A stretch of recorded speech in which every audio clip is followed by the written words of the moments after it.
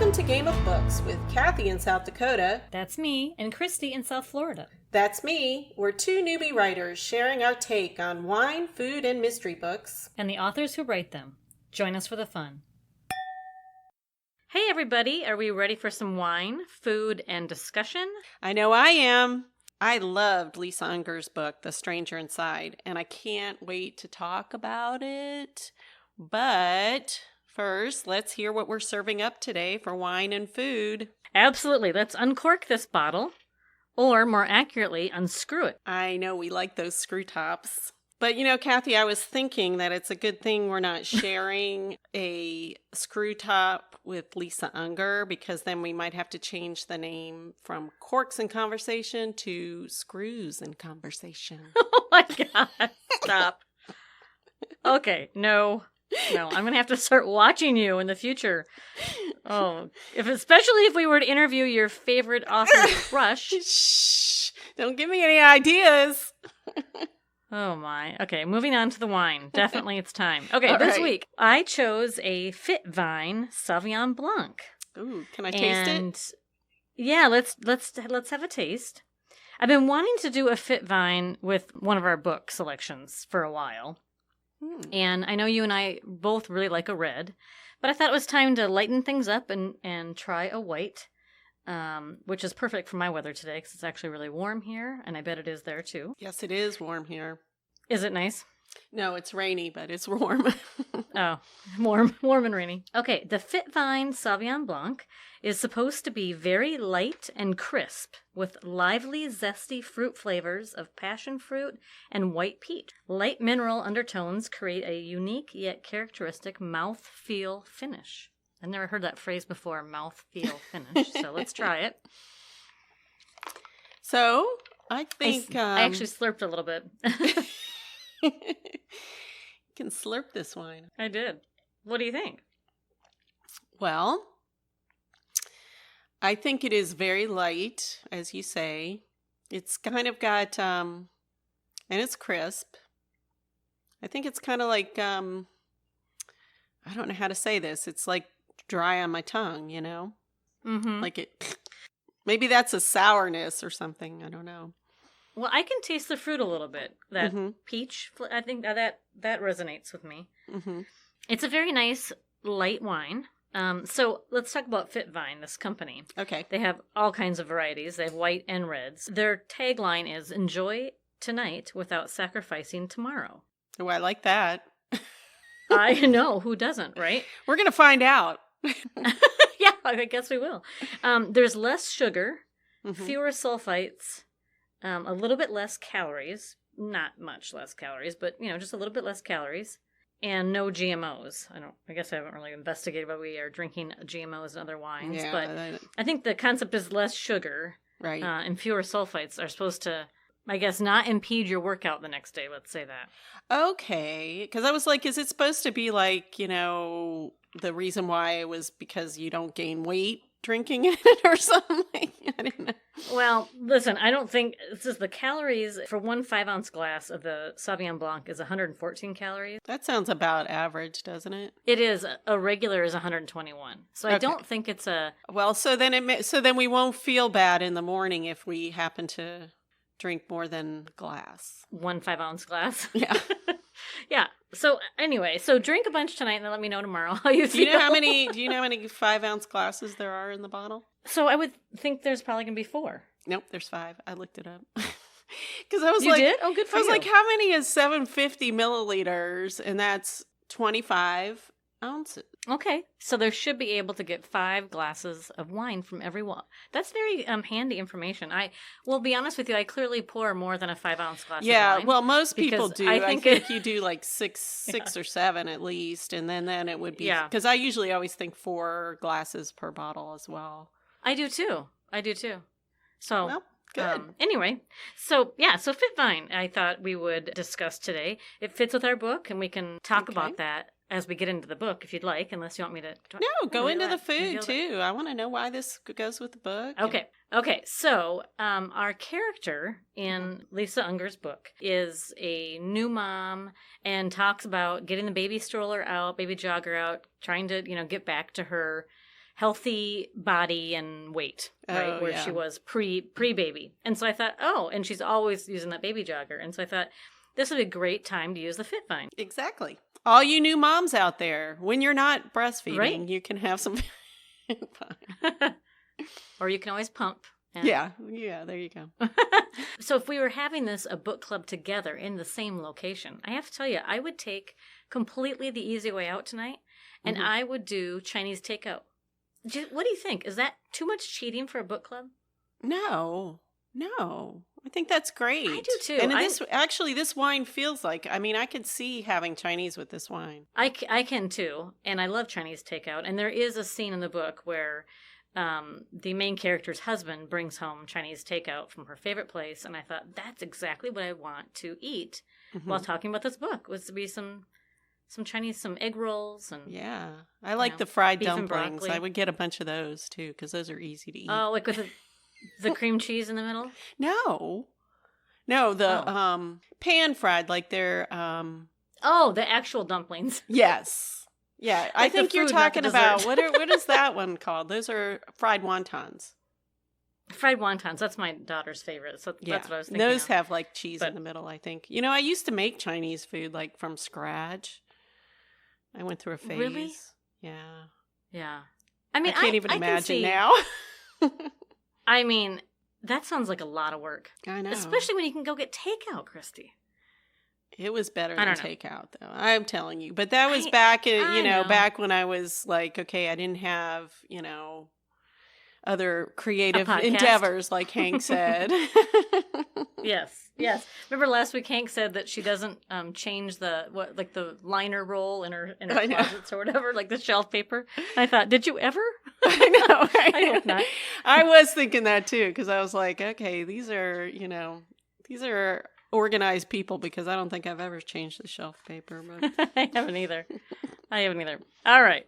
So that's it. So we're having some FitVine and Sauvignon Blanc and Chinese takeout. Well, that sounds perfect.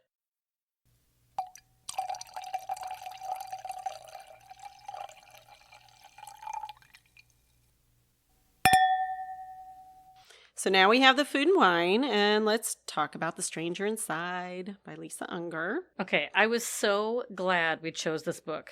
And the big news is that Lisa Unger agreed to do a Corks and Conversation episode with us. So next episode will be our conversation with her. Woohoo! I'm so excited. I am too.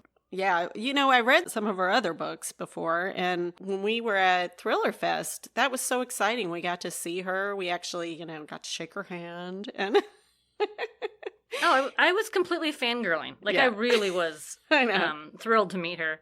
But yet, she's just this huge success in the publishing world and writes these amazing stories, but she's completely down to earth. She's just awesome. And so I am really looking forward to sharing some conversation and wine with her next week. Yes, me too. And you are right. She is a successful author. She's a New York Times and internationally best-selling author of 17 novels with millions of readers worldwide. And her books have been published in 26 languages. I think I want to ask her that. I'm going to say, do you have a shelf with every language? I would. Mm-hmm. That'd be, totally. I wonder if she does. I'm going to ask her. Anyway. It's a great question. Okay. And her books have been named Best of the Year or Top Picks by Today Show, Good Morning America, Entertainment Weekly, Amazon, IndieBound. She's been in the New York Times, Wall Street Journal, NPR, and Travel and Leisure. In fact, I think she's doing a thing on our local NPR channel later this month. So, oh, really? Yeah, I might even try to go see that. That'll be cool. But anyway, on to the book, which was really good. Great. I know. Great book. So I think we have sort of a theme going, don't you? Because last week we were doing, criminal justice, and here we are doing that again with a psychological thriller. Yeah. And with the murder list, though, we looked at, justice from a legal perspective, and we talked about exactly what could happen in this book is if both sides, prosecution and the defense, they both think that they're the right way. And if one of them has to win in our system, but what if one of them wins, but really they're both wrong because, say, the prosecution wrongly convicts somebody or nightmare, the defense gets somebody off that's actually guilty. Yeah. So that's a little bit of a dilemma. And I'm an optimistic person. So I think that, that doesn't happen very often, but it probably does, Well, the rate of conviction when something goes to trial is quite high. Honestly, there aren't that many acquittals after there's been a trial. So you hope that, but we know of stories, right, where it's been a wrongful prosecution and a wrongful conviction. And it's just, it's an awful scenario. I know, it's an awful scenario. But then in this book, they kind of look at the other side and how somebody getting off who's guilty can be awful for the people affected by the crime. And usually in this case, it's something serious like murder. And so then it goes into sort of this vigilante aspect. And that's not giving anything away because you kind of find that out in the first chapter or first couple chapters. But it made me think, we have, aside from, we have vigilantes in the films and books all the time, right? Yeah. There's, Spider-Man, or all the superheroes have practically, But in real life, do you think there is a time when vigilantes are justified? Oh, boy. Well, it's a hard one. It is a really hard one. And we talked about this kind of ethical dilemma, I think at the end of last season, too. Mm-hmm. If it's the situation was on your plate, that there was something that injured your child and they got off. I can't. It's very hard to think about blaming them. Obviously, we want a society where we have people paying attention to law and order and, but when it comes right down to it, it's... Well, this whole book explored that, and I thought it's interesting that you brought up the comparison to the Mirror List, because the whole time as I was reading this, I could see it from both sides, just like we did with Hank's book too. I think Lisa Unger did a really good job of showing like the fine line, between justice and a need for revenge or absolution, because really. A vigilante in the movies, they're always justified. They're justified. They're doing it just for justice, It's cut and dry. But in real life, most of the real life vigilantes have been, probably motivated by not as much justice as maybe revenge or, absolution or something like that. I think she did a good job of you could see that. Yeah. I'll say this. Sweet little Lisa Unger, who we met at Flirfest, man, she has got a surprisingly dark streak to her, I think. I was shocked with some of the plot twists. I know. All of them completely took me by, just took a hold of me. Yes. But I was just, I was really I know, like she shows up with her husband and her little daughter and stuff, and I'm thinking, I hope her daughter doesn't read her books yet. Oh, yeah, Lisa, yeah, I know. I'm sure they keep her away from it. You know what? Interestingly, since you mentioned that we met Lisa and her husband and her daughter were at the function, but speaking of motherhood, I thought Lisa's take on motherhood in this book was so interesting. Yeah. And just that same thing with the vigilante really made you question, and because she talks so much about staying at home with your baby and the pull to do that, and then going back to work and the pull and the need to have your work. And it was really spot on. I thought it was spot on, but it was like a fresh take on it. I just thought that was such an interesting approach in the middle of this. It's kind of a backdrop. I thought that was really intriguing. She does a good job of developing her characters, which we will talk about in a little bit. Look at you, transition. Yeah, but did you find yourself like rooting for the vigilante to get away with it, or? I can't say I was rooting for that, but I certainly wondered how it was all going to work out. And right. I did not anticipate No, I did not anticipate that, how it worked out either.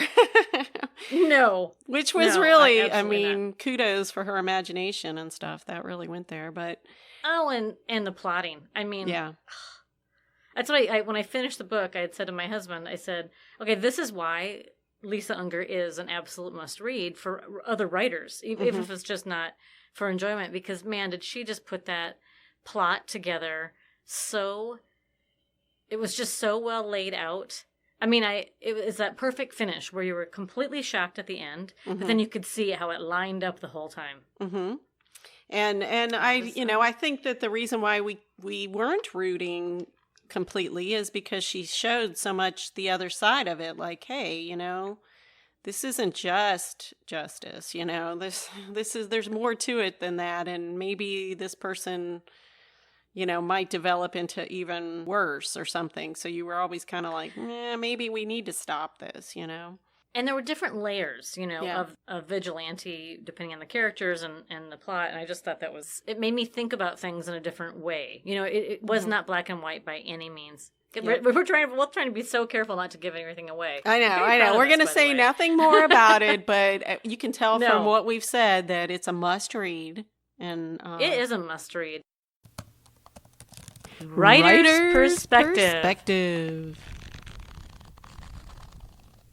Okay, so given the fact that Lisa Unger writes incredibly good characters, I think she's known for it, we wanted to talk about developing characters this week. Yes, good idea. Well, thank you. So, listen, I have to tell you that one of the people that this is kind of coming full circle, one of the people that another author I had seen mention Lisa Unger's characters is J.T. Ellison, who is an author we have discussed in season 1. Yeah. And JT, I think it was maybe on her Instagram, and she said she's a huge fan of Lisa Unger's and how she builds her characters. Oh, really? She said she makes them come alive on the page. And so that was where I got the idea of talking about developing characters. Yeah, I love that article you sent me, yeah.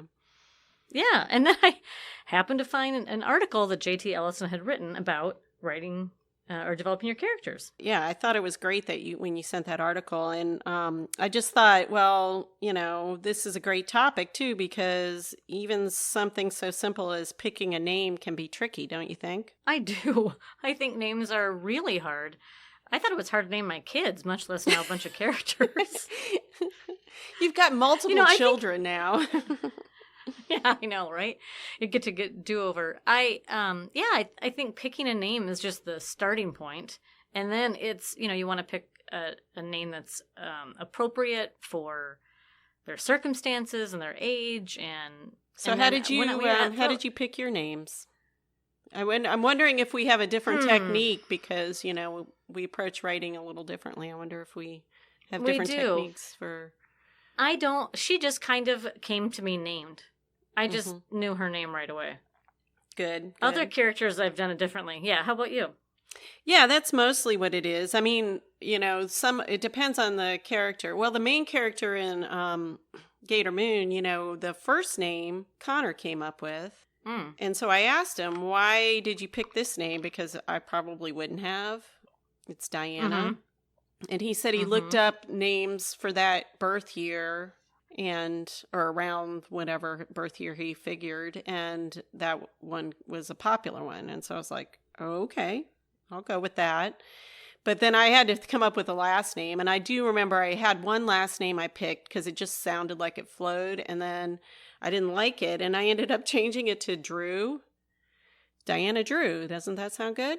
I love Diana Drew. I think it's a great name. Yeah, but it wasn't until after I wrote the whole book and people were reading it that they were like, she got the badass Nancy Drew nomiker or whatever. And I was like, oh, subconsciously. Oh, you hadn't thought about that? No, I had not thought about it. I always thought, oh my gosh, I always thought you did that on purpose. No, it just flowed. It flowed. I had a different D name before that and it didn't sound as good. And so then I picked that one because I was just trying to go through names that kind of flowed, and I liked the two D and D. But I mean, other names, I actually, as soon as I knew what the character was going to be like, I would research like, because I knew that character was going to be from this area or this ethnicity or whatever. So I wanted to get something that was more authentic. And then, so do you think is a name important to have at the beginning, or do you have an idea of what the person looks like or the role they play in your story? I mean, what do you think comes first? Yeah, I mean, for me, I usually don't think about what they look like, the main character, for some reason. You don't? No. I mean, I know their this age. is how we do things. I am so concrete that I actually search out a photo of what that matches the idea in my brain. Wow. And then I make a collage of them. Well, so you know what the difference is? I probably could do that, but because I don't plan it ahead of time, that would have to come after I develop the character. But even as I'm doing it, I guess I'm so much inside their brain versus what they look like that I don't think about what they look like until all of a sudden they come in and interact with another character. And then I have to be like, oh, wait, are they taller or shorter than this character? Are they, what does this character what do they look like to them, And so I don't know. It's kind of weird. Everybody's different, but that's I do really like, fun. Yeah.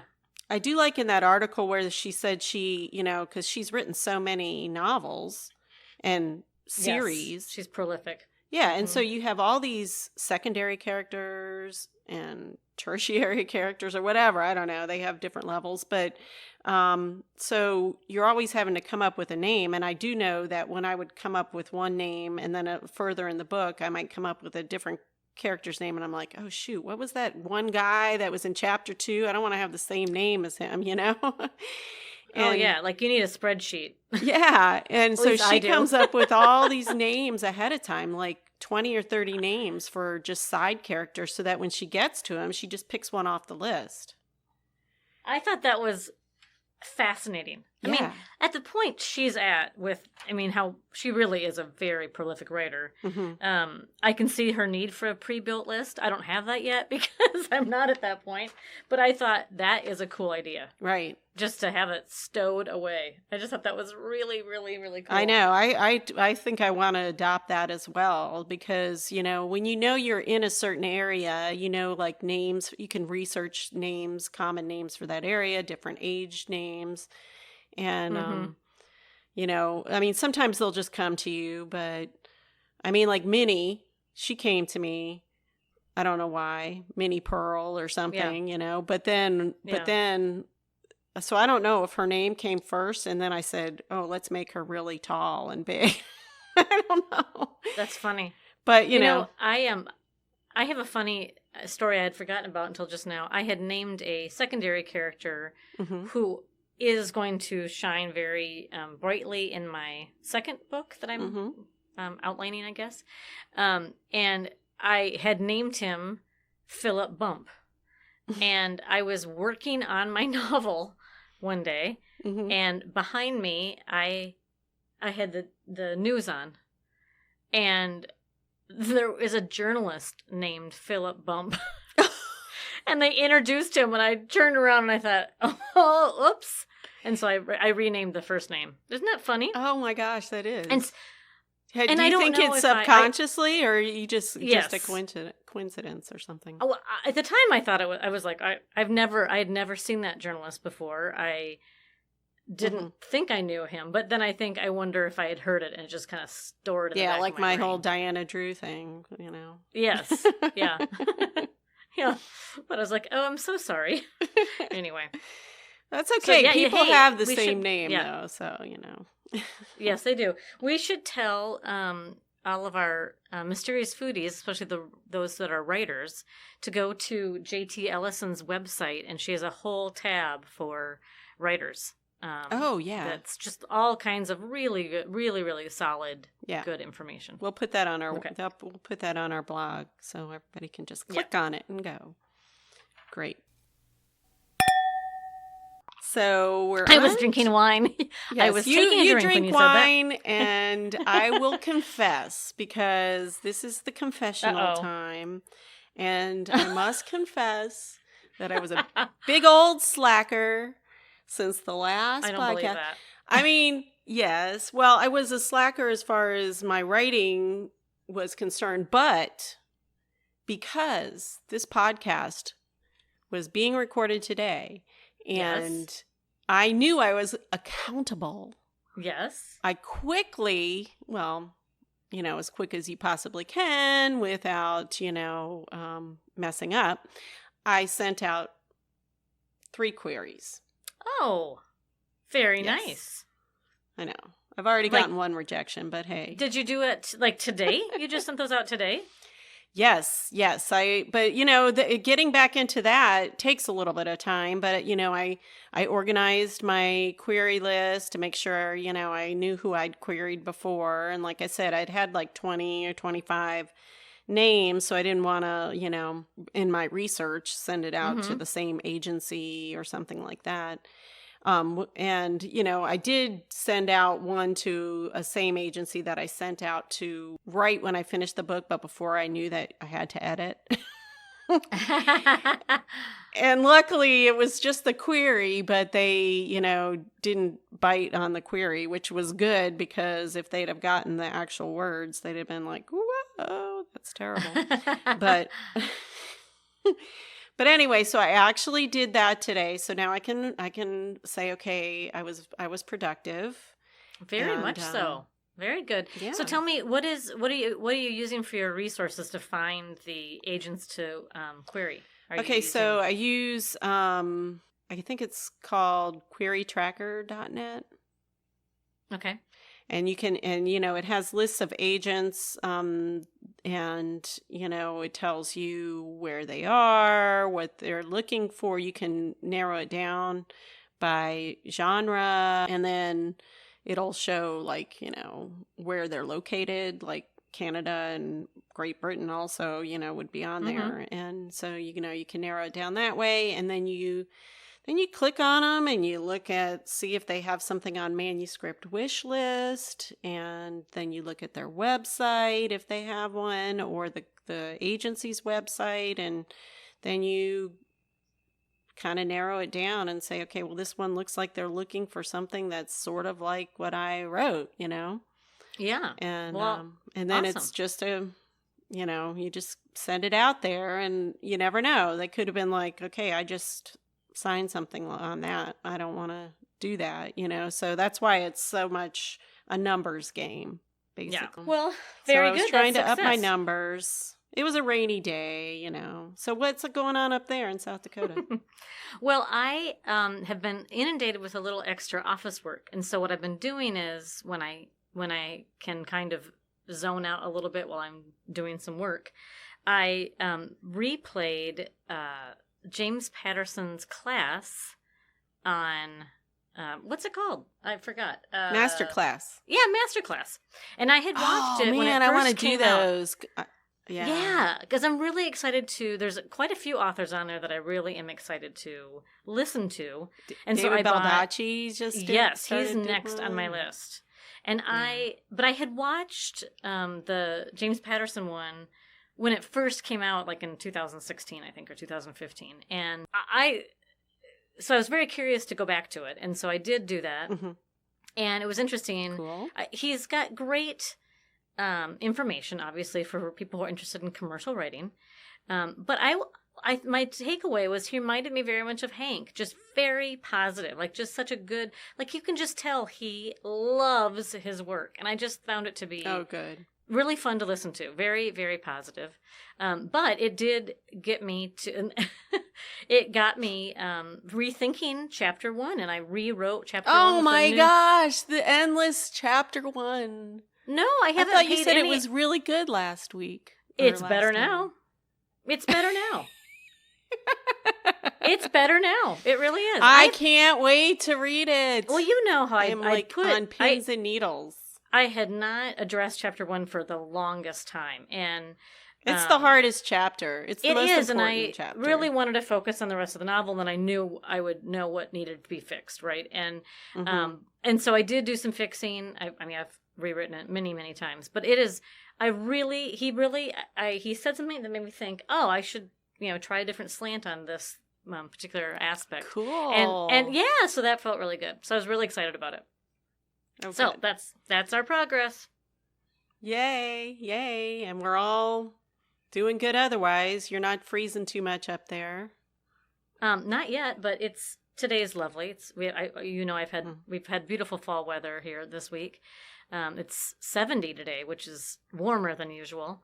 But there is a huge storm coming to this area this weekend. I mean, like, they're talking about a foot of snow. You're kidding me. No, I'm not. Right when you and I are leaving for our conference. I am not kidding you. It's literally... Oh my gosh, it's not coming on Thursday, is it? Oh, yes, it is. It's literally starting Thursday morning about 5 a.m. And so I'm a little bit... And they even mentioned thunder snow as a possibility. And I thought, I hope planes can fly. But we'll update everybody on... Christy and I are going to a conference together, so we'll give an update. So Wednesday night, you might have to leave. I might. The airport's only an hour away. But yeah, so we're just going to get slammed with a huge snowstorm. That is so weird. Oh my I know. gosh. It will go away though, but it's pretty brutal. There's a lot of people really suffering already luck. from flooding and ugh. But anyway, okay.